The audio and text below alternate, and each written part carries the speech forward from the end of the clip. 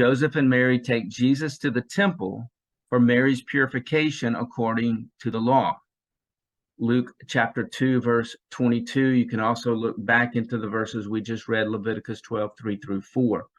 When the time came for the purification rites required by the law of Moses, Joseph and Mary took Jesus to Jerusalem. So again, Joseph and Mary were under the law of Moses.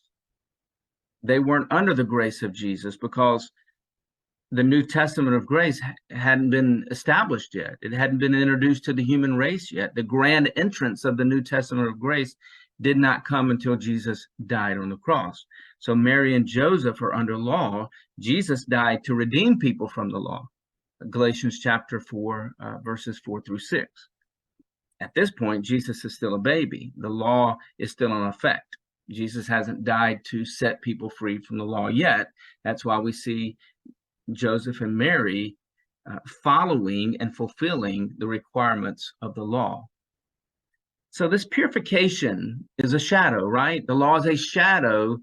The reality is found in Jesus. The reality of purification is that our hearts are purified by faith in Jesus, not by any ceremonial ritual of the law or any works that someone may do. Look at Hebrews 9:14. How much more will the blood of Christ, who through the eternal Spirit offered himself unblemished to God, purify our consciences, or purify us inwardly from works of death, so that we may serve or be close to or relate to or know the living God. Acts 15:9. God did not discriminate between us, that's the Jews. This is Peter talking.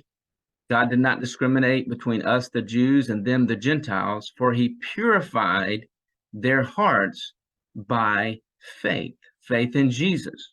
So the way a person's heart is purified is through faith in Jesus, not any religious system, not any adhering to any religious requirement or spiritual requirement.